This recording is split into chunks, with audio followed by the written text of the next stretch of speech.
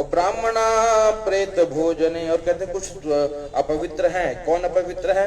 कहते जो दर्भ पिंड के ऊपर पड़ जाए, पिंड पर स्थापित दर्भ वो दोबारा प्रयोग में नहीं लिया जा सकता। दर्भा पिंडेशु निर्माल्या, वो निर्माल्य हो गया। और ब्राह्मणा प्रेत भोजन, जो प्रेत भोजन कहते हैं, जो दशगात्र का एकादशा का जो भोजन करने वाले ब्राह्मण है, जिनको महाब्राह्मण कहा जाता है, कहते हैं भैया वो भी अपवित्र है। ब्राह्मणा प्रेत भोजने, और मंत्रा गौ तुलसी नीचे चितायाम च हुताशना, और कहते हैं ब्राह्मण मंत्र गौ तुलसी ये तीनों नीच के पास हो तो अग्राह्य है। और श्मशान स्थित चिता की अग्नि अपवित्र है। कहते सभी अग्नि तो हमेशा पवित्र है, लेकिन जो चिता की अग्नि है वो अपवित्र है। तुलसी अगर किसी नीच व्यक्ति के पास है तो तुलसी अपवित्र है। गौ अगर किसी नीच के पास है तो अग्राह्य है। इसी प्रकार से गोमयो ने गोमयो गोमये नो पलिप्यते तो दर्भास्तरण संकृते भूतले यातुरम कुर्यात् अंतरिक्षं विवर्जये। गोमय से लेपन करके उस पर दर्भ बिछा करके मरणांत जो भी कर्म करना चाहिए वो पृथ्वी पे ही करना चाहिए।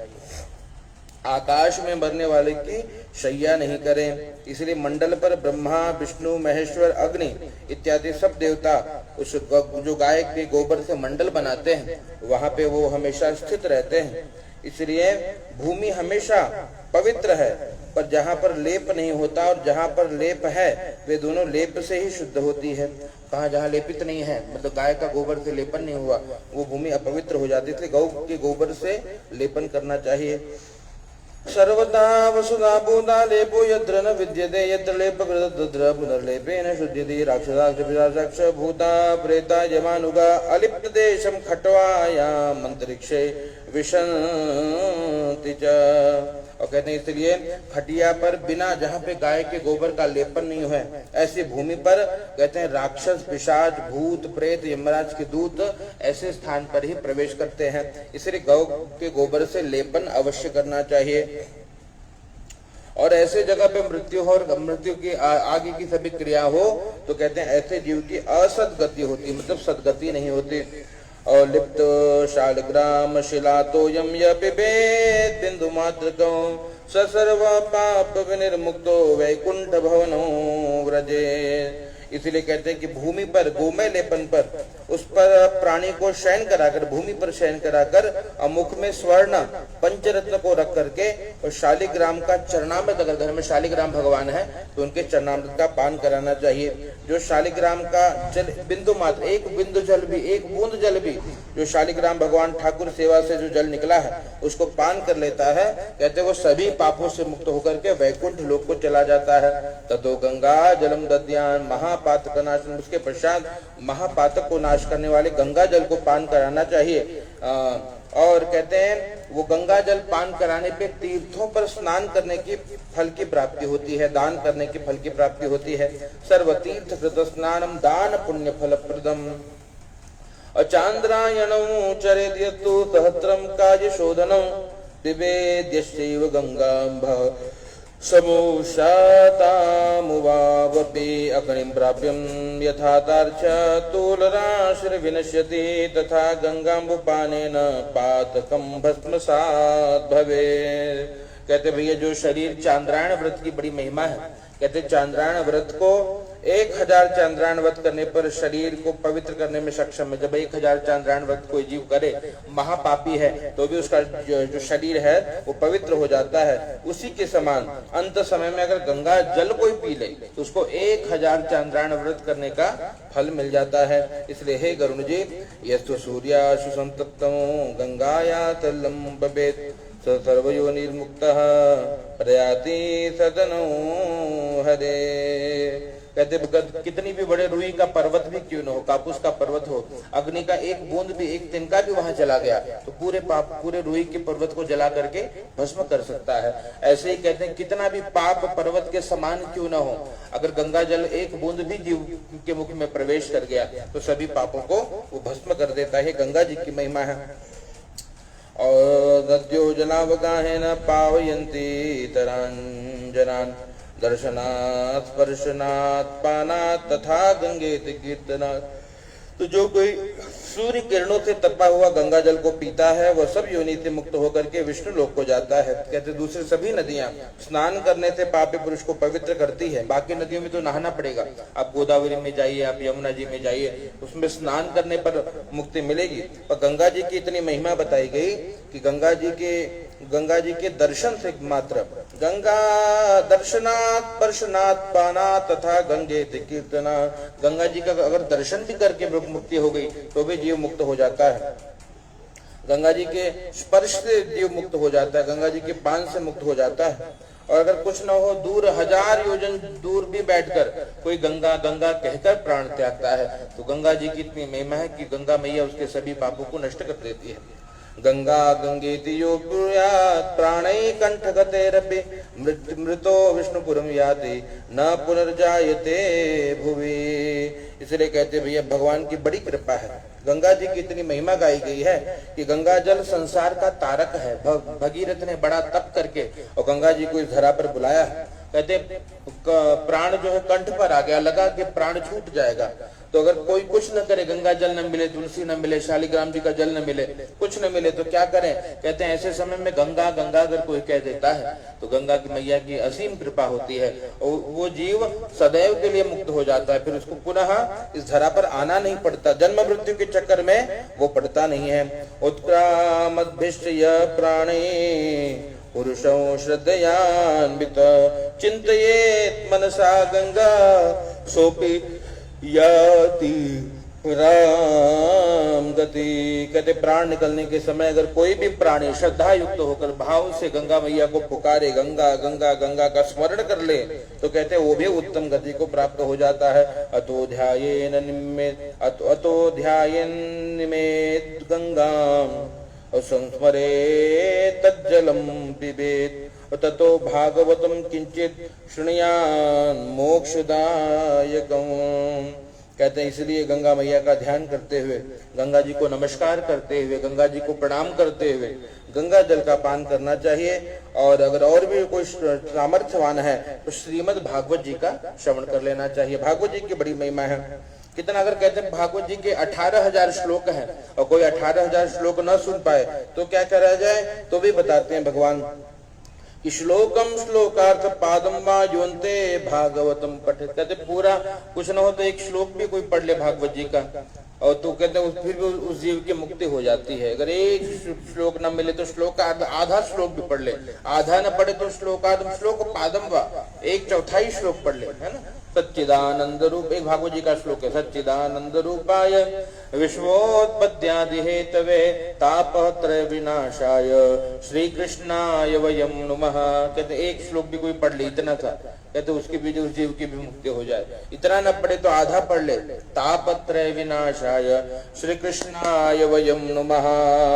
कहते ये भी भगवत कृपा, आधा भी कोई पढ़ ले श्री कृष्णा, इतना पढ़े तो भी भगवान की कृपा से जीव मुक्त हो जाए। न हो तो श्लोक पादम, कितना, श्री कृष्णाय वयं नमः। श्लोक पाद 1/4 श्लोक भी कोई पढ़ ले तो कहते हैं भागवत जी की कृपा से जीव मुक्त हो जाता है और वापस ब्रह्मलोक से पुनः वापस नहीं आता।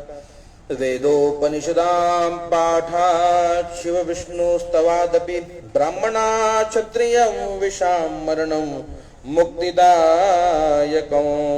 कहते भैया वेद और उपनिषदों के पाठ से शिव या विष्णु स्तोत्र के श्रवण करते समय ब्राह्मण क्षत्रिय वैश्य की मृत्यु हो जाए तो कहते हैं अवश्य वो मोक्ष को जाता है। कहते अगर कोई पाठ करते हुए, कोई उपनिषद पाठ करे, कोई गीता पाठ करे, कोई भागवत जी का पाठ करे, कोई वेद मंत्र इत्यादि का पाठ करे और अगर कोई सुनता भी रहे और उसकी मृत्यु हो जाए तो वो अवश्य मोक्ष को जाता है, मुक्त हो जाता है, पुनः उसे आना नहीं पड़ता। ओम संन्यस्तमिति यो ब्रूयात् प्राणै कंठगतैरपि मृतो विष्णुपुरम याति न पुनर्जायते भुवि। कहते प्राण कंठगत होने पर संन्यस्त ऐसा कोई शब्द कहे वो मरने के बाद विष्णु लोक प्राप्त करके पुनः जन्म नहीं लेता। इसलिए हे गरुण जी, एवं जात विधानस्य धार्मिकस्य तथा खग ऊर्ध्व छिद्रेण गच्छन्ति प्राणात् तस्य सुखे नहीं। कहते हैं भगवान की गरुड़ जी, जिस तरह धार्मिक पुरुष के अंत समय में कृत्य हुए हैं, जिसके भी क्रिया जो अंत समय की ऐसी कुछ क्रिया इसकी हो गई है, कहते हैं उसका प्राण ऊर्ध्व द्वार से निकल जाता है और वह भगवत कृपा से, ठाकुर जी की कृपा से वो जीव मुक्त हो जाता है। मुखम च चक्षुषी नाशई, कहते हो सके तो ऊर्ध्व योगियों के तो दशम द्वार से निकलते, देखिए हमारे 10 द्वार है, 9 द्वार तो हमको दिखाई पड़ते हैं, 10वां द्वार आपने देखा, बच्चा जन्म लेता है तो यहाँ वो धक धक करते रहता है, वो 10वां द्वार है। और जो योगी है, जिसने योग किया है जीवन पर्यंत, उसके ये फट करके यहाँ तक प्राण निकल जाता है दशम द्वार से। बाकियों के प्राण जो भी सत्पुरुष हैं, उनके नाभि के ऊपर के जो द्वार हैं वहां से प्राण निकलते हैं और ऐसा जीव भी मुक्त हो जाता है। मुखम च चक्षुषी नाशई कर्णो द्वाराणि सप्त च, कहते जो ऊर्ध्व द्वार है इसमें अच्छे पुरुषों के प्राण निकलते हैं।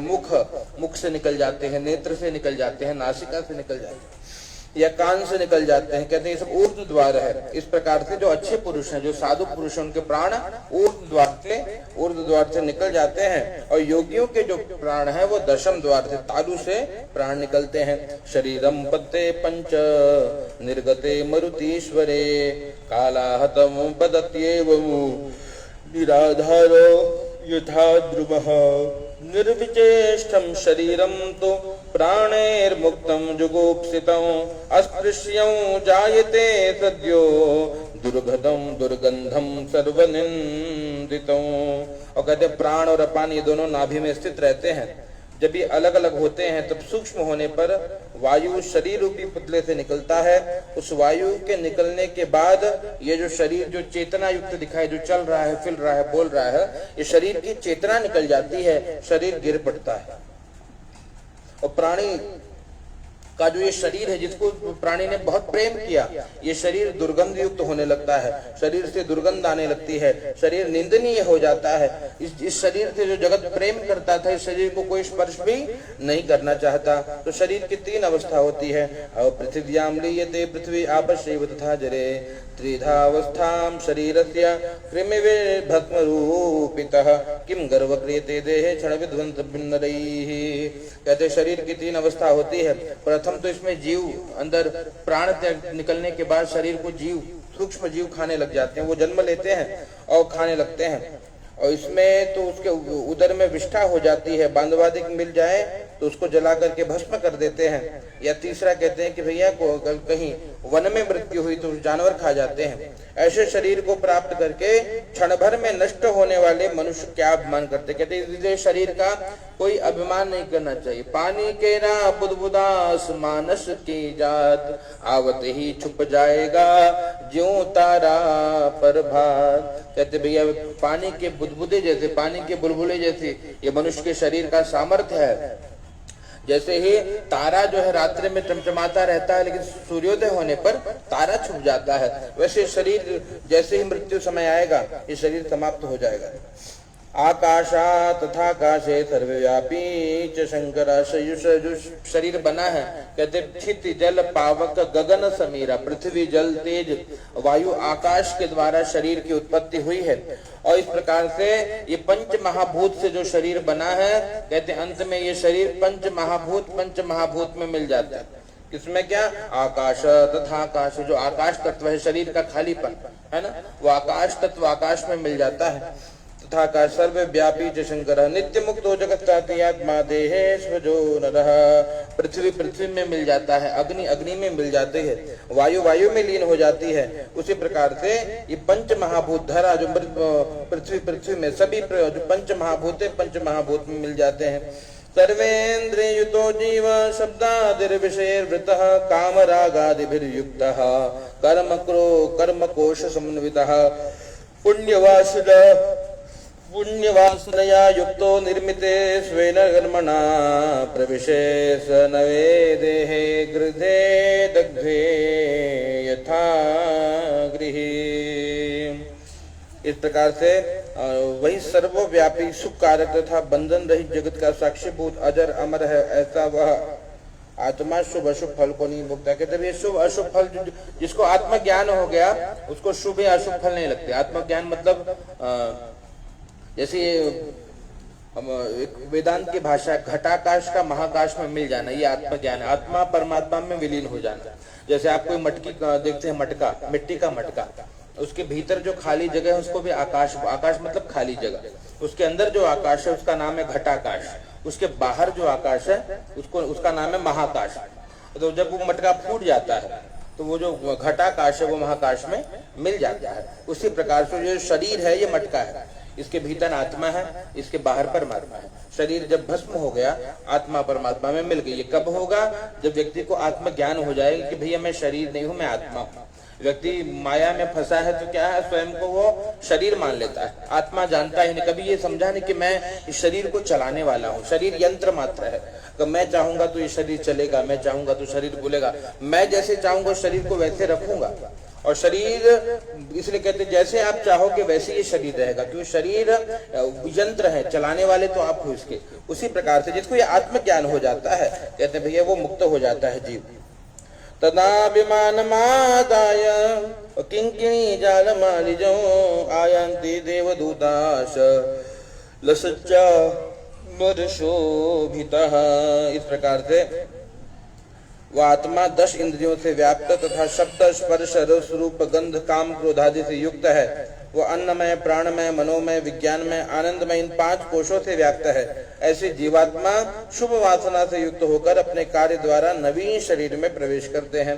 कहते हैं कि उसके बाद कुछ इच्छा शेष रही, पुनः जैसे जो अंत समय में व्यक्ति जो इच्छा करता है उसे प्राप्त होता है।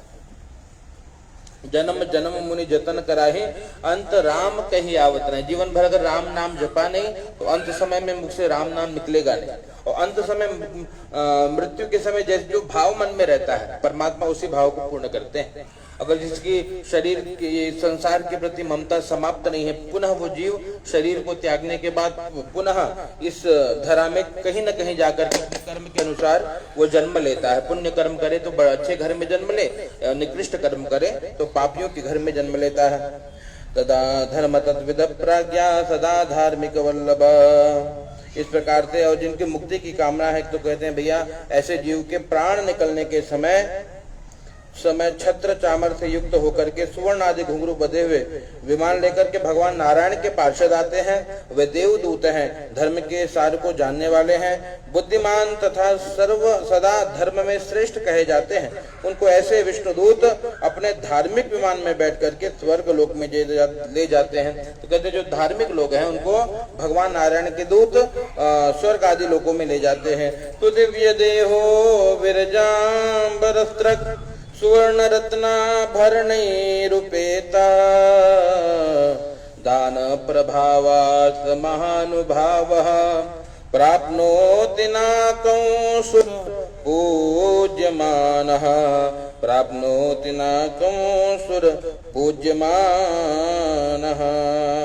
कहते भगवान की इतनी कृपा होती है पुण्यात्मा जीव पर, जो धार्मिक जीव है वह तत्काल दिव्य देह धारण कर लेता है और उज्जवल वस्त्र पुष्पादि की माला सुवर्ण रत्नों से या आभूषण सहित महान प्रतापी मनुष्य अंत समय के अपने दान पूजा जप तप के पुण्य के फल के प्रभाव से और देवताओं के पूजन योग्य क्षण भर में स्वर्ग लोक में चला जाता है। इसलिए कहते आतुर कर्म अवश्य करना चाहिए। ओम क्लीं कृष्णाय नमः। ओम दशमोऽध्यायः। गरुण उवाच देहदाह विधानं च वद सुकृतिनां विभो सदीताद् भवेत् पत्नी तस्मात् तस्याश्च महिमां वद। श्री भगवान उवाच। इसलिए कहते हैं भगवान कहते हैं कि हे गरुण जी सुनो तार्थ प्रवक्ष्यामि सर्वमौर्ध्व देहिकम यत् कृत्वा पुत्र पौत्राश्च मुच्यन्ते पैतृकादृण। मैं वो क्रिया बताता हूँ जिसके कारण जो पुत्र पौत्र आदि हैं वो पितृ ऋण, 3 प्रकार के ऋण होते हैं, देव ऋण मनुष्य ऋण और पितृ ऋण। कहते हैं पितृ ऋण से मुक्त हो जाते हैं। मैं वो क्रिया आपको बताता हूँ। इसलिए शरीर समाप्त हो जाने के बाद पुत्र पिता के मरण के निमित्त शोक को त्याग कर, जो भी बांधव है शोक को त्याग कर दुख को त्याग करके पाप को दूर करने के लिए सबसे पहले मुंडन कराना चाहिए। सबसे पहला कार्य है कि देह गिर जाने के बाद मतलब शरीर त्यागने के बाद जाकर के मुंडन कर्म कराना चाहिए। माता पिततो मृतो ये न कार्यते मुंडनम नहीं आत्मदम स कथम गेय संसारार्णवतारक। यदि जिस पुत्र ने जिस संबंधी ने माता पिता या किसी जीवात्मा के मरण के समय मुंडन नहीं कराया तो उसको माता पिता की सद्गति को करने वाला नहीं समझना चाहिए। इसलिए पहला कर्म है मुंडन को करा लेना चाहिए। इसलिए नख और कक्ष को छोड़ करके नख और कष्ट के केश को छोड़ करके मुंडन अवश्य कराएं। तदनंतर बांधव सहित स्नान करके धोए हुए वस्त्रों को पहने और गंगा नदी अथवा कुएं का जल, सबसे बढ़िया गंगा नदी इत्यादि न मिले तो तालाब या कुएं का जल ला करके उस मरे हुए शव को स्नान करा करके चंदन लेपित करके पुष्प माला पहनाना चाहिए। हो सके अगर गंगा जी की मिट्टी हो तो गंगा जी की मृतिका से लेपन करें। नवीन वस्त्र से शव को ढक करके अपसव्य होकर के नाम गोत्र उच्चारण करके दक्षिणा सहित पिंडदान करना चाहिए। मृत्यु स्थान में पिंड शव नाम से देना चाहिए। इससे भूमि और भूमि के अधिष्ठात्री जो देवता है वो प्रसन्न होते हैं। द्वार देश में शव जो पांथ रूप होता है तो वहां जो पिंडदान किया जाता है उसको पांथ नाम से पिंडदान करना चाहिए, जिससे कोई भी दुर्गति गत हुए भूमि भूत जो भूत प्रेत हैं प्राणी उसके मार्ग में किसी भी प्रकार की विघ्न बाधा उत्पन्न नहीं करते। ततः प्रदक्षिणां कृत्वा पूजनीयां स्नादिवे स्कंदपुत्रेण दातव्य तदान्यै बांधवैः सह। तदनंतर पीछे पुत्र आदि की स्त्री प्रदक्षिणा करके पूजन करें। तब प्रथम पुत्र कंधा दे, बाद में दूसरे बांधव सब मिलकर के कंधा देवे। ऐसे पुत्र पिता को के शव को कंधे पर रख करके स्मशान में ले जाते हैं। कहते हैं अश्वमेधादि जो पुण्य है, अश्वमेध यज्ञ का जो पुण्य है कदम कदभर पद पद में ऐसे पुत्र को प्राप्त होता है। नीतवा स्कंदे सुपृष्ठेंगे सदा तातेन लालितः। कहते क्यों ऐसा ऋण है? कहते हैं भैया उस पिता ने अपने पुत्र को बहुत प्रेम किया था, कंधे पर बिठा करके पिता ने कहते उसे गोदी पर चढ़ाया था, प्रेम किया था, कंधे पर पीठ पर गोदी में बिठाकर। वो ऋण हमेशा उस पुत्र पर रहता है और ऐसे पुत्र को उस ऋण को चुकाने के लिए पिता को कंधे पर रख करके पुत्र को श्मशान की ओर ले जाना चाहिए। उसी से वो पितृ ऋण से निवृत्त हो जाता है। किसान ये जाने इस प्रकार से श्मशान के आधे मार्ग में भूमि शुद्ध करके भूत संज्ञा वाले मुर्दे को स्नान करा करके जो पिंड देते हैं उसको विश्राम पिंड कहते हैं। उस विश्राम के पिंड दान करने से पिशाच यक्ष राक्षस दूसरे और भी दिशाओं में रहते हुए भूत प्रेत आदि उस पिंड दान को भोग करके और प्रेत शरीर को किसी प्रकार का दुख नहीं देते, इसलिए उसको विश्राम पिंड देना चाहिए। जो विश्राम पिंड नहीं देते वे प्रेत का मांस भक्षण करके चले जाते हैं, इसलिए पिंड दान अवश्य करना चाहिए। ततो नीत्वा श्मशाने दुर्दामये दुर्धरमुखौ दद्रदेहदाहार्थौ स्थलं संशोधये तथा। शव को श्मशान में ले जाकर उत्तर मुख स्थापित करके भूमि को शुद्ध करें। प्रथम भूमि में झाड़ू द्वारा शुद्ध करके गोमय गोबर आदि से लेपन करें। कुशा से रेखा करें। उस रेखा के मध्य में अनामिका अंगुष्ठ मृतिका को ईशान्य में गिरा करके जल दें। वेद मंत्र द्वारा अग्नि स्थापित करें। कर्व्याद संगत अग्निदेव का पुष्प अक्षत से पूजन करके लोमभ्य स्वाहा इत्यादि जो रुद्रिक के मंत्र हैं उस मंत्रों के द्वारा अग्नि विधि विधान से हवन करें। त्वं भूत भृज जगदोद्योनि त्वं भूत परिपालिका मृत सांसारिक तन्मदेनम त्वं स्वर्गतिम नय। अग्नि की प्रार्थना कर रहे हैं कि हे कर्व्याद संज्ञक अग्नि, तुम पंचभूतात्मक देह को धारण करने वाले हो तथा संसार के कारण और पालक हो, इसलिए मृतक को स्वर्ग गति की प्राप्ति कराओ। इस तरह अग्नि से प्रार्थना करके वहां चंदन तुलसी पलाश पीपल आदि की लकड़ी जो मिल जाए, चंदन तुलसी पीपल या पलाश जो लकड़ी मिले उनके द्वारा चिता की अग्नि करें। चिता पर प्रेत को ला करके प्रथम पिंड चिता में देना चाहिए, द्वितीय पिंड जो है शव के हाथ में देना चाहिए। हे गरुड़ जी, भगवान कहते हैं कि ये पिंड प्रेत के नाम से देवे और सब पिंडी श्राद्ध के पहले जब तक 12वें जो सपिंडीकरण करते हैं उसके पहले जो भी पिंडदान करते हैं वो प्रेत नाम से ही करना चाहिए। प्रेत कल्प को जानने वाले कोई आचार्य कहते हैं कि साधक ऐसे नाम से पिंड देवे या शव नाम से पिंडदान शव पर दे या उन सब कार्यों में प्रेत नाम से पिंडदान, ये मतांतर है। कहते शव नाम से कुछ लोग पिंडदान करते हैं, कुछ लोग प्रेत नाम से पिंडदान करते हैं, पर जो भी हो प्रेतादि नाम से ही पिंडदान करना चाहिए। इत्येवं पंचमी पिंडे शवस्याहुति योग्यता अन्यथा चोपपद्याय पूर्वोक्तास्ते भवन्ति। प्रेतो दत्वा पंचपिंडान हूतमादाय तं तृणैः अग्निं पुत्रस्तदा दद्यान् भवेत् पंचकौ यदि। कहते इस प्रकार से 5 पिंडदान से शंख की आहुति होती है। जो पिंडदान नहीं करता कहते यक्ष राक्षस भूत प्रेत उस मांस का भक्षण कर लेते हैं। ऐसे प्रेत को 5 पिंड दे करके अग्नि में चिता से होम किया जाता था। वह अग्नि को तृणादि से तिनके आदि से प्रज्वलित करें। यदि पंचक न हो तो पुत्र पिता की दाह क्रिया करे। पंचकेशो मृदो यस्तु न गतिम लभते नर दाह तत्र न कर्तव्यम कृतेयन मरणं भवेत् आदौ कृतवादनिष्ठातम एतत् नक्षत्रम रेवत्यंतम च दाहेरहम दाहे च न शुभम भवेत्। कहते अगर कोई जीव पंचक में मरता है तो पंचक में जाने वाले जीव की सदगति नहीं होती। इसलिए अगर पंचक है तो भैया पहले पुतल दाह आदि, फिर पुतले की पुतला बनाना चाहिए कुशा आदि से, और पहले पुतल दाह क्रिया इत्यादि करनी चाहिए। अथवा ऋक्ष मध्य ही व्याहता विधि पूर्वक। तो जो पंचक में मरे उसके गृह में हानि पुत्रादि के और गोत्रादि के गोत्रियों के कोई भी नुकसान होता है, इसलिए पंचक में विधि विधान से पुतल दाह 4 पुतले की कुशा बना करके नक्षत्र संज्ञक मंत्रों से अभिमंत्रित कर रखे, सुवर्ण दान दे और नक्षत्र नाम से प्रेता जयत इत्यादि मंत्र से होम करके नक्षत्र नाम से करें, इसको संपुट कहते हैं। ऐसा करके उन पुतलों सहित उस मृतक का दाह करें। पुत्र सपिंडी श्राद्ध के दिन सविधि पंचक शांति। इसके बाद कहते हैं ये पंचक में पुतल दाह आदि क्रिया कर ले, और जब सपिंडी का समय हो द्वादश 12वें दिन, तो उस दिन पूरे विधि पूर्वक पंचक शांति करना चाहिए। जो पंचक के दिन जिसकी मृत्यु हुई है। तिल पात्रम हिरण्यम च रूप्यम रत्नो यथाक्रमो घृतपूर्णो कांस्य पात्रो दद्या दोष प्रशांतये। इसलिए कहते हैं 5 नक्षत्र के दोषों की शांति के लिए क्रम से तिल पात्र, सुवर्ण, चांदी, रत्न और घी से परिपूर्ण कांस्य पात्र आदि का दान करना चाहिए। एवं शांति विधानम तो कृतवाम दाहम करोति यह न तस्य विघ्नो जायेत प्रेतो याति पराम गति। जो इस प्रकार से पंचक में गए हुए जीव की पंचक शांति क्रिया करता है, कहते हैं ऐसा जीव मुक्त हो जाता है और उनके परिवार के किसी जनों को कोई हानि नहीं होती, और ऐसे प्रेत को भी सद्गति मिल जाती है।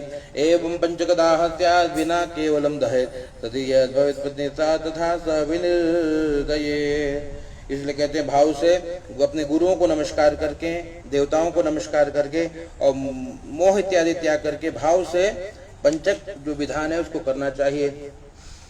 दिव्यादो सत्ययुक्त शुद्धो धर्मयुतो नरः यथा न दह्यते तप्त लोह पिंडेन करहचित। इसी प्रकार से तस्मात् सर्व प्रयत्नेन स्वपतिं सेवयेत् सदा कर्मणा मनसा वाचा मृतो जीवेति तद्गतः। तो इस प्रकार से भाव से जो भी क्रियाएं हैं उन क्रियाओं को विधि पूर्वक करना चाहिए। पुरश्चरायुषा भूत्वा जायते विमले कुले। और जो इस प्रकार से पूरी जो अंत की क्रिया विधि भाव पूर्वक से सभी प्रकार से क्रियाओं को करता है, कहते हैं भैया भगवान की कृपा से वो जीव पुनः इस धरा पर प्रवेश नहीं करता। सा क्षणं दाह दुःखेन सुखमेतादृशं त्यजेत् सा मूढ़ा जन्म पर्यन्तं दह्यते विरहाग्निना। इसलिए कहते हैं कि अगर कोई स्त्री पूर्णतः पतिव्रता हो और तन मन धन से पति सेवा में ही सदैव लीन रही हो, तो वो तस्मात् पतिम शिवम ज्ञात्वा सहतेन दहेतुनम। कहते वो पत्नी सती बन सकती है, उसकी अगर इच्छा है तो पति के साथ अपने शरीर का त्याग कर सकती है। यदि न स्यात् सतीताश्च तमेव प्रदहेत् तदा। और इसी प्रकार इसके बाद कहते हैं जब शरीर जो मृतक है शरीर का आधा या संपूर्ण जल जाए तो उसके सर का स्फोटन करना चाहिए। गृहस्थ हो तो काठ से, और यदि अगर कोई सन्यासी का शरीर है तो नारियल के द्वारा, श्रीफल के द्वारा कपाल क्रिया करनी चाहिए। पितृलोक प्राप्ति के लिए मृतक के ब्रह्मरंध्र को भेदन करके पुत्र उसके ऊपर इन मंत्रों से घृत आहुति दे। हे अग्नि, तुम यजमान द्वारा उत्पन्न हुए हो, अतः इस मनुष्य देह को स्वर्ग की प्राप्ति कराइए। स्थूल देह तथा आप में हवि हो, इस हवि से आप प्रज्वलित हो जाइए। इस प्रकार तिल मिश्रित मंत्र द्वारा घृत आहुति देकर के उच्च स्वर में रोदन करने से उस प्रेत को सुख होता है। दाहानंतर स्त्रियां तथा पुत्र स्नान करके नाम मात्र का उच्चारण करके तिल द्वारा तिलांजलि प्रदान करें। प्राशये निम्ब पत्राणि मृतकस्य गुणान् वदे। इस प्रकार से जब ये क्रिया हो जाए चिताग्नि के पश्चात, कहते हैं नीम के पत्ते का प्राशन करके और उस जो व्यक्ति चला गया उसके अच्छाइयों का, उसके यश का वर्णन करना चाहिए। और स्त्री समूह एकत्रित होकर के और अपने घर की ओर आए और पुनः गौ माता को गौग्रास प्रदान करें। पत्रावली में प्रथम दिन भोजन करके वह अन्न अपने घर को न हो, अपने घर वाले को न दें। जिस जगह मृतक प्राणी स्थित था उस भूमि का लेपन 12 दिन पर्यंत घृत का दीपक रात दिन दक्षिण मुख रखना चाहिए। हे गरुण जी, सूर्यास्त में श्मशान या चौराहे पर मिट्टी के बर्तन में दूध या जल भर के 3 दिन तक संध्या के समय में उसे रखना चाहिए। कच्ची मिट्टी के बर्तन में दूध और पानी भर करके डोरा से त्रिकाष्टिका बना करके उसमें रख करके ये कहना चाहिए कि चतुर्थे संचयम कार्यः साग्निकैश्च निरग्निकैः तृतीये द्वितीये वा कर्तव्यश्चा विरोधतः। कहते ये कहना चाहिए कि हे प्रेत, तुम श्मशान की अग्नि के द्वारा दग्ध हुए हो। इस और बांधवादी ने भी पूरा बंधु बांधव सबने आपको त्याग दिया है, इसलिए तुम इस शीतल जो जल हम आपको प्रदान कर रहे हैं इसने स्नान कर लिए और जो दूध दे रहे दूध का पान करिए। चतुर्थ साग्निक और निरग्निक अस्थि संचय आदि क्रिया करनी चाहिए। गत्वा श्मशान भूमिं च स्नानं कृत्वा शुचिर्भवेत् ऊर्णासूत्रं विष्टयित्वा पवित्रं परिधाय च। श्मशान भूमि में जाकर के स्नान करके जीव शुद्ध होता है। ऊन का विष्टन करके हाथ में पवित्री धारण करे। तदनंतर पुनः श्मशान में रहने वालों को उड़द से यमायत्व आदि मंत्र से बलिदान करना चाहिए। 3 प्रदक्षिणा करनी चाहिए। हे गरुण जी, चिता में प्रथम दूध छिड़क करके जल से चिता की अग्नि को शीतल करके चिता की अग्नियों का संचय करना चाहिए। उन अग्नियों को पलाश के पत्ते में दूध और जल से धो करके मृतिका पात्र में मिट्टी के पात्र में सविधि श्राद्ध करें। उस जगह त्रिकोण स्थंडिल का निर्माण करके गोमय से लेपन करके स्थंडिल पर दक्षिणाभिमुख 3 दिशा में 3 पिंडदान करना चाहिए। चिता भस्म को एकत्रित करके उस पर त्रिपादुका रख करके भस्म के ढेर से अनाच्छादित जल सहित एक घट मतलब मिट्टी के घट को स्थापित करें। दही घृत सहित चावल को पका करके प्रेत के लिए विधि से जल सहित बलिदान करना चाहिए। उत्तर दिशा में 15 पद प्रमाण वहां गड्ढा खोद करके हे गरुण जी उस अस्थि पात्र को स्थापित करें। तस्योपरि ततो दद्यात् पिंडं दाहार्तिनाशनो गर्तादुधृत्य तद्भाद्रं नीत्वा गच्छे जलाशयं। कहते हैं इसके ऊपर एक पिंडदान करने से प्रेत की दाह की पीड़ा नष्ट हो जाती है। गर्त स्थित जो गड्ढे में स्थित अस्थि पात्र है उसको लेकर के जल स्थान पे जाना चाहिए। वहां अस्थि को दूध से प्रक्षालन करके पुनः जल से प्रक्षालन करके चंदन से अस्थि को चर्चित करके कुमकुम से विशेष उसको चर्चित करें। उस अस्थि को के पात्र को लेकर के परिक्रमा करके नमस्कार करके मस्तक पर रख करके गंगा में अस्थि को प्रक्षेप करना चाहिए। अस्थि जो है वो गंगा जी में डाल देनी चाहिए। तो ये जो अस्थि क्रिया है कब करनी चाहिए? कहते 10 दिन के भीतर हो जानी चाहिए। और इसकी महिमा बताते हैं कि भैया अंतर्दशा हम यस्यास्ति गंगतोयम निमज्जति न तस्य पुनरावृत्ति ब्रह्मलोकात् कदाचन। कहते हैं कि 10 दिन के भीतर जिसकी अस्थि गंगा जी में प्रवेश कर गई है कहते हैं उसको पुनः ब्रह्मलोक से पुनर्वृत्ति मतलब ब्रह्मलोक से वो पुनः इस धरा पे नहीं आता है। गंगा जलोर्मि संसृत्य मृदगो पवनो यदा स्पृशते पातको तस्य सद्य एव विनश्यति। गंगा जल के लहर को स्पर्श करने वाला वायु जो किसी मरे हुए को स्पर्श कर ले तो उसके अनेक जन्मों के पाप उसी काल में नष्ट हो जाते हैं। तो इसलिए कहते हैं पूर्वज जो भगीरथ हैं, भगीरथ के जितने पूर्वज थे किसी का उद्धार नहीं हो रहा था, तो पूर्वजों के उद्धार के लिए भगीरथ ने आराध्य तपस्या पे बुलाया था। उद्धारार्थम पूर्वजानाम आनयत् ब्रह्मलोकतः। ब्रह्मलोक में जो गंगा थी उनकी आराधना करके प्रार्थना करके भगीरथ ने अपने सभी सगन आदि जो उनके पूर्वज हैं उनको उनके उद्धार के लिए इस धरा पे उनको बुलाया था। त्रिशूलोकेषु विख्यातम गंगायाम पावनम यशः। और गंगा जी का जो यश है कहते हैं ये तीनों लोक में ये जो गंगा जी का पावन यश है वो व्याप्त है, सब जानते हैं। या पुत्रान सगरस्यैतान भस्माख्याननद्यद्युम। कहते हैं जिस गंगा का यश तीन लोक में प्रसिद्ध है, उस गंगा ने सगर राजा के 60,000 पुत्र जो भगवान कपिल देव की दृष्टि से भस्म हो गए थे, 60,000 उनके पुत्र, कहते हैं उस गंगा जी के द्वारा ही भगीरथ ने उनको स्वर्ग लोक की प्राप्ति करा दी थी। ये गंगा जी की महिमा है। पूर्वे वैति पापानि ये कृत्वा मानवा गताः गंगायाम अस्ति पतना स्वर्गलोकम प्रयान्ति। कहते कोई भी प्राणी पूर्व अवस्था में पाप करके मर गया हो तो उसकी अस्थियों को गंगा में प्रक्षेप करके अगर वे गंगा में क्षेपित कर दिया, मतलब गंगा में डाल दिया जाए, तो गंगा जी की महिमा से वो जो प्राणी है वो स्वर्गलोक को चले जाते हैं। अनेक उसके लिए कथा बताते हैं। कश्चित व्याधो महारण्य सर्व प्राणी विहिंत कहा सिंहेन निहितो यावत प्रयाति नरकालये।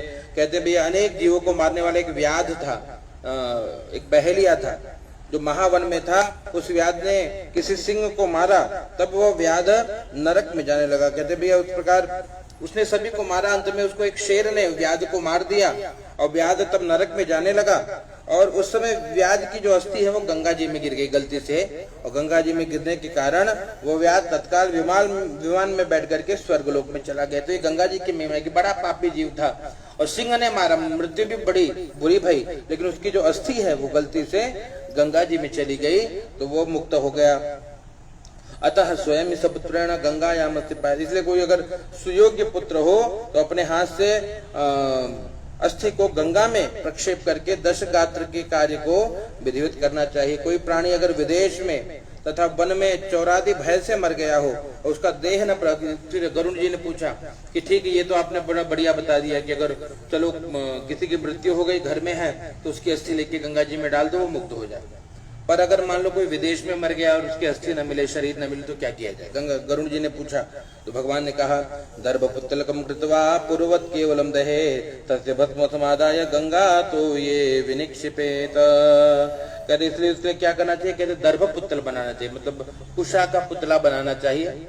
और कुशा के पुत्तल का जैसे मृतक का संस्कार होता है पूरे विधान को उस पुत्तल के साथ करना चाहिए। पुत्तल की ही काष्ठ आदि से दाह क्रिया करना चाहिए, उसी भस्म को लेकर के गंगा जल में प्रक्षेपित कर देना चाहिए। तो ऐसा जीव अगर कोई दूर भी है, कहीं विदेश में भी मृत्यु भई हो, तो वो मुक्त हो जाता है। और 10 गात्रादिकं कर्म तद्दिनादेव कार्यता सएव दिवसो गाय श्राद्धे संवत्सरादिक। कहते हैं ये किस दिन से करना चाहिए? कहते हैं जिस दिन ये सुनाई पड़ जाए, है ना। कोई विदेश में मृत्यु हो गई, अगर मान लो 1 वर्ष बाद पता लगा कि भैया आपका कोई संबंधी जो था वो चला गया, है ना, जिस दिन पता लगा उसी दिन पहला दिन मान करके और उसी दिन से क्रिया प्रारंभ कर देनी चाहिए। पूर्णे गर्भे मृता नारी विदार्यम जठरम तदा बालम निष्कास निक्षिप्य भूमौ तामेव दाहयेत। कहते किसी स्त्री का अगर गर्भ में है, बालक है कोई, और स्त्री की मृत्यु हो गई, तो भैया उस स्त्री की मृत्यु है तो उसके पेट को फाड़ करके और बालक को निकाल करके भूमि में रख करके स्त्री का दाह संस्कार कर देना चाहिए। गंगा तीर पर अगर कोई मर जाए तो उसको गंगा में बहा देना चाहिए। अन्य देश में मरे तो 27 मास तक भूमि में गाड़ देना चाहिए। 27 महीने तक अगर अन्य देश में अग्नि इत्यादि न मिल रही हो तो 27 महीने के लिए भूमि में गाड़ देना चाहिए। 27 मास के बाद 27 महीने बाद उसका दाह करके अस्थि लेकर के गंगा में प्रक्षेप कर जल में भर करके 1 घड़े का दान तथा बालक को भोजन कराना चाहिए। कुमारे च मृते बालान कुमारान एवं भोजयेत सबालान भोजयेन विप्रान पौगंडे समृते। कहते अगर किसी के बाल्या कोई जीव अगर गर्भ में मर जाए, उसकी कोई क्रिया नहीं हुई है, तो बाल्यावस्था में अगर कोई जीव मर जाए तो उसके लिए केवल दूध का दान कर देना चाहिए, दुग्ध दान करना चाहिए। और घट क्षीर मतलब क्षीर इत्यादि का ध्यान कर देना चाहिए। एकादशम द्वादशम च विशोत्सर्गम विधिं विना पायसेन गुणेनापि पिंडदानादितक्रमामृतस्य पंचमादूर्ध्वं गतः सव्रतोऽपि। 5 वर्ष बाद व्रतधारी कोई व्रत वाला है, वो 5 वर्ष बाद मर जाए तो कहते हैं गुड़ सहित खीर का 10 पिंड उसे देना चाहिए। एकादशा द्वादशा और वृषोत्सर्ग के बिना, महादान के बिना पौगंड रखते, ये सब करने के केवल उनके लिए व्रतधारी अगर कोई मर जाए 5 वर्ष बाद किसी ने कोई व्रत लिया हो तो गुड़ सहित खीर का दान करना चाहिए। अगर कोई कुमार की मृत्यु हो गई तो बालक कुमारों को भोजन कराना चाहिए, कोई कन्या की मृत्यु हो गई तो कन्याओं को भोजन कराना चाहिए। जीव माने च पितरी न पौगंडे स पिंडनम अदत्तस्य द्वादशाहन्ये कोदिष्टम समाचरेत। उसका अगर कोई बालक मर जाए, पिता जीवित हो, तो पौगंडावस्था में करें, उसके पिंड दान आदि कर। कोई छोटा बालक है तो कहते हैं पिंड दान आदि कोई क्रिया करने की आवश्यकता नहीं है, केवल 12वें दिन एकोद्दिष्ट श्राद्ध करना चाहिए। जो और स्त्री शुद्धादि के व्रतादि स्थान में विवाह है, व्रत धारण में प्रथम सब वर्ण के समान क्रिया है, वह अवस्था प्रमाण से करें। ओम किशोरे तरुणे कुर्या छया वृषभ खादिकम पददान महादानम गोदान पितापये। छोटी उम्र होने से क्रिया और विषय आदि की इच्छा अल्प होती है, क्रिया भी छोटी होती है। 15 वर्ष तक किशोरावस्था में कोई मरे तो शय्यादान, वृकोत्सर्ग, पददान, गोदान आदि करना चाहिए। पुत्रादि सन्यासियों का दाह कर्म, उदक क्रिया, दश गात्र आदि कुछ नहीं करना चाहिए। दंड ग्रहण में अगर कोई दंड ले लेता है, कोई दंडी सन्यासी है कुल में, उसकी मृत्यु हो जाए तो उसकी कुछ भी करने की आवश्यकता नहीं है। दंड धारण मात्रेण नरो नारायणो भवेत्। कोई जो दंडधारी होते हैं, दंडी सन्यासी होते हैं, कहते भैया वो नारायण बन जाते हैं, उनको कोई प्रेत योनि नहीं लगती। ज्ञान न तो सदा मुक्ता स्वरूपानुभवे नहीं अदस्तु प्रदत्तानाम पिंडानाम नैव कांक्षणा। अगर कोई ज्ञानी है, परम ज्ञानी है, तो वो पिंड का आकांक्षी नहीं होता, उसे पिंड चाहिए नहीं होता। तो ऐसे ज्ञानियों के लिए पिंड दानादि क्रिया नहीं करना चाहिए, कोई पद दानादि कर्म न करें। तस्मात् पिंडादिकम तेषाम नैव नोदक माचरे तीर्थ श्राद्धम गया श्राद्धम पितृभक्त्याम समाचरे।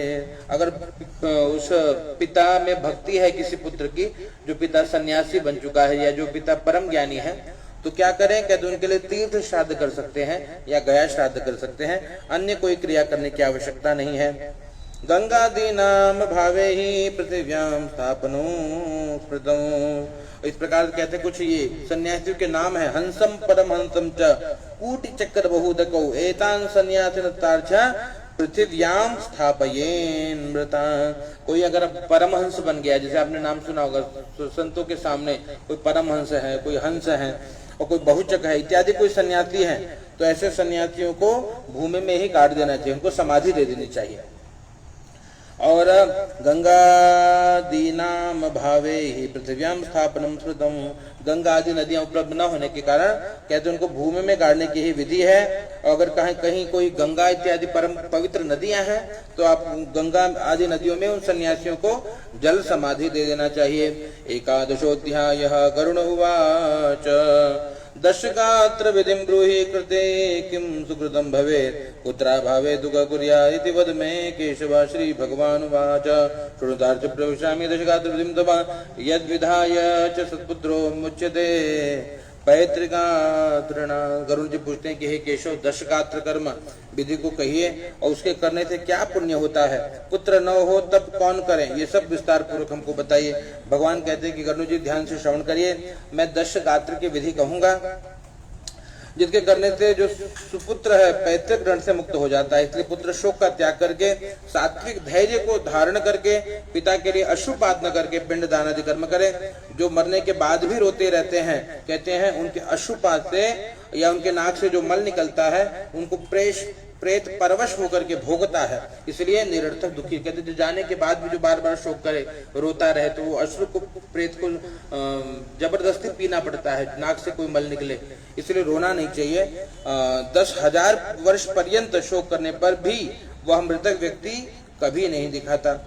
तो जो उत्पन्न होता है उसकी मृत्यु, इसलिए कहते हैं ये जान लीजिए कि शरीर की एक अवस्था निश्चित, लोगों को लगता है कोई जल्दी चला गया, कोई बाद में जा रहा है, कहते हैं ऐसा कुछ नहीं है। भगवान कहते हैं जातस्य ही ध्रुवो मृत्युर अध्रुवम जन्म मृता। कहते जो जन्म लिया है उसकी मृत्यु होगी, है ना, और जो मर गया है वो मरा नहीं, वो पुनः जन्म लेगा, है ना। शरीर ने जन्म लिया, शरीर की मृत्यु होगी, और जिसकी मृत्यु होगी वो पुनः जन्म लेगा। ये चक्र तो चलता ही रहता है, इसलिए कभी शोक नहीं करना चाहिए, है ना। ज्ञानी ये जानते हैं कि एक उस जीवात्मा आत्मा कभी मरती नहीं है, मरता शरीर है, और जन्म आत्मा का नहीं होता, जन्म शरीर का होता है। शरीर जन्मा, शरीर बड़ा हुआ, शरीर बूढ़ा हुआ, शरीर मर गया। तो इस प्रकार से ये शरीर की अवस्था है। तो भगवान वही कहते हैं कि जात ही ध्रुव मृत्यु और ध्रुवम जन्म मृतस्य च, कहते जो जन्मा है उसकी मृत्यु निश्चित है और जो मर गया है उसका जन्म भी निश्चित है। इसलिए शोक त्याग करके जो बुद्ध है, जो व्यक्ति विद्वान है, समझदार है, वह कभी शोक नहीं करता। नहीं कश्चिदुपायोऽस्ति दैवो वा मानुषोऽपि वा यो हि मृत्युवशं प्राप्तो जन्तु पुनरिहाव्रजे अवश्यो भावि भावानां प्रतिकारो भवेद् यदि तथा दुःखेन युज्येत नरराम युधिष्ठिरा। किसी कदे इस प्रकार का उपाय नहीं जो देवताओं से प्राणियों से किया हुआ हो। जिसे मृत प्राणी को कहते हैं, जो शरीर चला गया तो शरीर को पुनः प्राप्त करने का कोई उपाय नहीं है, इसलिए शोक नहीं करना चाहिए। कि अगर कोई चला गया तो बार बार शोक न करें। होनहार को कोई दूर कर नहीं सकता। अगर उपाय होता तो कहते हैं भैया नल श्री राम युधिष्ठिर, ये जो राजा लोग हैं कभी दुख आदि नहीं, सभी अगर जो इस मृत्यु लोक में आया कहते उसने दुख भोगा, तो चाहे भगवान राम ही क्यों ना हो, है ना, क्या चाहे वो युधिष्ठिर क्यों ना हो, सबको दुख मिला। तो इस संसार में किसी प्राणी के साथ अत्यंत समागम नहीं रहता, वो हमेशा के लिए यहाँ पर कोई यहाँ नहीं है। ये शरीर भी जो अपना भी शरीर है, जिसको हम बड़े प्रेम से पालन में लगे हैं, इसके ये भी स्वप्न तुल्य है। उसमें स्त्री पुत्र आदि वियोग हो तो क्या आश्चर्य है। जैसे कोई राह में जाने वाला प्राणी वृक्ष की छाया में कुछ काल विश्राम करके चला जाता है, वैसे प्राणियों का समागम है। जिस प्रकार प्रातः काल बनाया हुआ भोजन सायं काल में नष्ट हो जाता है, वैसे अन्न से पुष्ट हुई नाशवान देह नित्य नहीं रहती। कहते हैं जैसे अन्न जो हम बनाते हैं एक समय बनाए तो कुछ समय में वो खराब हो जाता है, वैसे शरीर भी जो परमात्मा के द्वारा रचित है, कि शरीर भी कुछ समय बाद खराब हो जाता है, शरीर नष्ट हो जाता है, इसलिए शोक नहीं करना चाहिए। यद प्रातः संस्कृतं भोज्यं सायं यच्च विनश्यति। और कहते हैं इस प्रकार से भैषज्यम में तो दुख से विचारम प्रत्यजेहि अज्ञान प्रभुम शोकम त्यक्त्वा कुर्यात् क्रियम सुतः। तो ऐसा विचार करना चाहिए हमेशा कि शरीर जो है वो जन्म लिया, शरीर की मृत्यु होगी और शरीर कभी अपना शरीर जब अपना नहीं है तो बाकियों के शरीर की बात ही क्या, है ना। और हर शरीर की एक अवधि है, इसको हमने कैसे प्रयोग किया उसके अनुसार ये शरीर चलता है। कुछ लोग 100 साल संभाल ले जाते हैं, कुछ लोग के 20 साल में शरीर को त्यागने होते हैं। तो जिसका जो समय है, शरीर की अवधि आ गई, शरीर को त्यागना पड़ेगा। और ऐसा अगर कोई विचार करता है तो जीव दुखी नहीं होता, वो इसको ज्ञान कहते हैं। पुत्रा भावे वधु कुर्यात् भावा भावे च सोदरः। इस प्रकार से अगर पुत्र स्त्री के अभाव में छोटा भाई इस क्रिया को करे, भ्राता के अभाव अगर भ्राता नहीं है तो ब्राह्मण कर सकता है, ब्राह्मण नहीं है तो कोई अगर शिष्य है तो वो सपिंडी इत्यादि कर्म को कर सकता है। या अपने जो सगोत्र अपने गोत्र वाले कोई भी है, अगर कोई नहीं मिल रहा है, अपने गोत्र का कोई भी व्यक्ति इस क्रिया को कर सकता है। और कहते हैं जिसका कोई पुत्रादि नहीं है, ज्येष्ठ वा कनिष्ठ भ्रातु पुत्रश्च पौत्र के, कहते हैं जिसके कोई पुत्र नहीं है उसके पिंड दान आदि कार्य बड़े भाई, छोटे भाई, पुत्र पौत्र आदि कर सकते हैं। कोई बड़ा भाई हो, छोटा भाई, पुत्र पौत्र कोई भी कर सकते हैं। और इसलिए कहते हैं कि जो पुत्र की चिंता क्यों न करें, कि भ्रातृणाम एक जाता नाम एकश्चेत पुत्रवान भवे। कहते अगर 10 भाई हैं और 10 भाई में से एक भाई को भी बेटा है, पुत्र है, तो कहते हैं भैया सभी पुत्र वाले हो गए, है ना। तो चिंता करने की आवश्यकता नहीं कि हमको ही बेटा क्यों नहीं हो रहा, हमारे पास 50 कन्या हो, लेकिन किसी के पास अगर एक पुत्र है तो सभी भाई पुत्रवान ही हो गए। इसलिए पत्न्यस्य बह्व्य एकस्य चैका पुत्रवती भवे। एक पुरुष की बहुत स्त्री, कहते हैं एक अगर कोई पुरुष है उसकी बहुत स्त्री है, जिसमें एक स्त्री को पुत्र है तो उस पुत्र के नाते सभी स्त्री पुत्र वाली। ये मनुस्मृति में लिखा है कि सब भाइयों में एक भाई को बेटा है तो सभी भाई पुत्र वाले हो गए। अगर एक पुरुष की 1000 स्त्री है, किसी को भी पुत्र है तो सभी पुत्रवती हो गई। तो ये मनुस्मृति में लिखा है। तो इसलिए कोई भी अपना पुत्र हो, भाई का पुत्र, सब अपने ही पुत्र हैं, उनके द्वारा पिंडदान आदि कर्म करवाना चाहिए। कुल में अगर कोई भी नहीं है, अगर मान लीजिए कुल में कोई बचा ही नहीं, ऐसी भी स्थिति आए तो जो कुल के पुरोहित हैं, है ना, कुल के पुरोहित को पिंडदान आदि क्रिया करनी चाहिए। सर्वेषां पुत्रहीनानां मित्रः पिंडं प्रदापये और कहते हैं अगर पुरोहित भी उपलब्ध नहीं है तो स्त्री या पुरुष अपने मित्र की क्रिया, कोई भी स्त्री है कोई भी पुरुष है तो अपने मित्र, जो उनका कोई मित्र हो, है ना, तो वो मित्र भी अपने मित्र की सारी क्रिया कर लेता है। और इस प्रकार जो करे अनाथ की क्रिया करने वाले को कहते हैं भैया कटी यज्ञ का फल प्राप्त होता है। जो कटी यज्ञ है, कटी यज्ञ का फल प्राप्त हो जाता है। बहवोपि यदा पुत्रा विधिमेकं समाचरेत् दशगात्रं सपिंडत्वं श्राद्धान्यानि षोडश। इसलिए बहुत पुत्र हो फिर भी प्रेत का दशगात्र सपिंड श्राद्ध आदि 16 श्राद्ध प्रथम पुत्र को करना चाहिए। बहुत पुत्र हैं तो जो पहला पुत्र है उसको ही ये सब क्रियाएं करनी चाहिए। धन विभाग होने पर भी भक्ति भाव द्वारा पिता का 12 मास का कृत्य ज्येष्ठ पुत्र ही, जो बड़ा पुत्र है उसको ही पिता की सारी क्रियाएं करनी चाहिए। अनंतर सब वार्षिक श्राद्ध आदि अलग अलग करें। उसके बाद जो वार्षिक श्राद्ध है वो सब अपने अपने स्थान पे लोग कर सकते हैं। पहली जो क्रिया है वो ज्येष्ठ पुत्र को ही करनी चाहिए। तस्मात् ज्येष्ठं श्रुतो भक्त्या दशगात्रं समाचरेत् एक भोजी भूमिशाये भूत्वा ब्रह्म परमो शुचिः। कहते ज्येष्ठ पुत्र दशगात्र करे, एक समय भोजन करे, भूमि पर शयन करे और ईश्वर का ध्यान करे। उस समय जितना हो उतना भगवान का ध्यान करे और पवित्र रहे, पवित्र रहने का प्रयास करे। कहते हैं सप्तवारं परिक्रम्य धरणीं यत् फलं लभेत् क्रियां कृत्वा विदुर्मातो पितर्मातोस्तत्फलं लभते सुतः। 7 बार भूमि की परिक्रमा करने का जो फल है, पूरी भूमि की 7 बार परिक्रमा करें और उसका जो फल मिलता है उतना फल माता पिता आदि की जो क्रिया जो पुत्र करता है उसको ये फल प्राप्त होता है। कैसे करना चाहिए? आरभ्यम दशगात्रम च और यावद् द्वैवार्षिकं भवेत् और तावत् पुत्रः क्रियां कुर्वन् गया श्राद्ध फलं लभे। 10 गात्र से लेकर 12 मात्र जो क्रिया करता है ऐसे संबंधी को कहते हैं गया श्राद्ध का फल प्राप्त होता है। अमंत्रक जो है वो कूप में, तड़ाग में, बगीचे में, तीर्थ में, मंदिर में आलस्य रहित होकर के मध्याह्न समय में जाकर के स्नान करें। शुचि होकर के वृक्ष के नीचे, किसी पेड़ के नीचे दक्षिणाभिमुख स्थित वेदी का निर्माण करके उसमें गोमय से, गाय के गोबर से लेपन करके वेदी का पर पर्ण पत्तों का आसन बिछा करके एक दर्भासन पर कौशिक ब्राह्मण बैठा उस पाद्यादि से पूजन करके अतसी इस मंत्र से नमस्कार करना चाहिए। उसके समीप पिंड स्थापनार्थ एक रेशमी वस्त्र बिछा करके उस पर नाम गोत्र उच्चारण करके पिंड देना चाहिए। वह पिंड चावल का दे सकते हैं, वो पिंड जौ के आटे का दे सकते हैं, जिसपे चंदन आदि चढ़ाए, धूप दीप नैवेद्य सुपारी पान दक्षिणा आदि पात्र में दूध पानी एक साथ रख करके अमुक जो उनका नाम है उसका नाम लेकर के नाम वाले प्रेत को देता हूँ, इसे ग्रहण करिए, इस भाव से पिंड दान करना चाहिए। अन्नम वस्त्रम जलम द्रव्यम अन्यद्वादीयते चयन प्रेत शब्देन यद्दत्तं मृतत्यान्यन्तदायको। कहते जो व्यक्ति है अन्न वस्त्र जल द्रव्य अन्य वस्तु प्रेत शब्द से देते हैं उससे मृतक को अनंत फल की प्राप्ति होती है। इसलिए प्रथम दिन से लेकर के सपिंडी श्राद्ध तक स्त्री पुरुष को प्रेत शब्द से पिंडदान देना चाहिए। जिस विधि से प्रथम दिन में पिंडदान किया उस विधि से 9 दिन तक करना चाहिए। 9वें दिन में सगोत्र वाले पात्री मृतक की स्वर्ग कामना के लिए तैलाभ्यंग करें। सगोत्र वाले स्त्रियां सब बाहर में जाकर स्नान करें।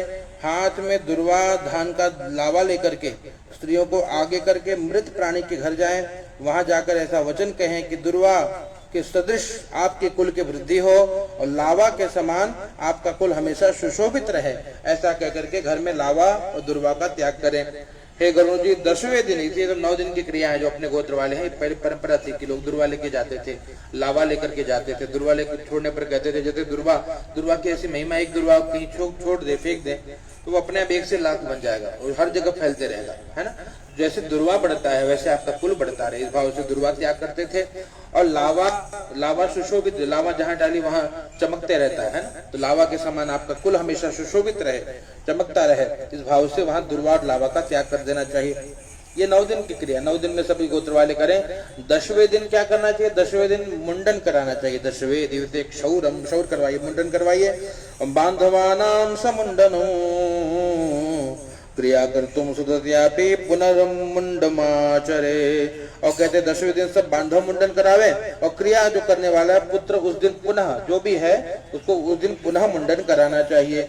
मिष्ठान निर्भोजने देकं दिनेशु दशसु द्विजं। मिष्ठान से एक ब्राह्मण को 10 दिन तक भोजन करावे, उसके समीप हरि का ध्यान करके हाथ जोड़ करके प्रेत मुक्ति की कामना करें।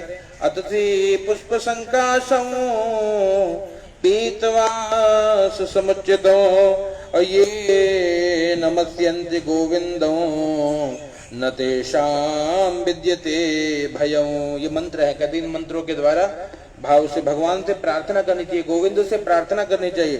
अनादि निधनो देवा शंख चक्र गदाधरः अक्षय्यः पुंडरीकाक्ष प्रेत मोक्ष प्रदो भव। इन मंत्रों से प्रार्थना करें कि हे भगवान, जो जीवा जिस प्रेत की मुक्ति हो गई है, हे परमात्मा उस प्रेत को मुक्त करें। अतसी के फूल के समान शोभा वाले, हे श्याम रूप पीतांबर वस्त्रधारी, हे गोविंद हम आपको बार बार नमस्कार करते हैं। कन्हैया, हे गोविंद, हे सच्चिदानंद परमात्मा हम आपको प्रणाम करते हैं। कहते हैं भैया उस जीवात्मा को मुक्ति प्रदान करिए, उस प्रेत को मुक्ति प्रदान करिए।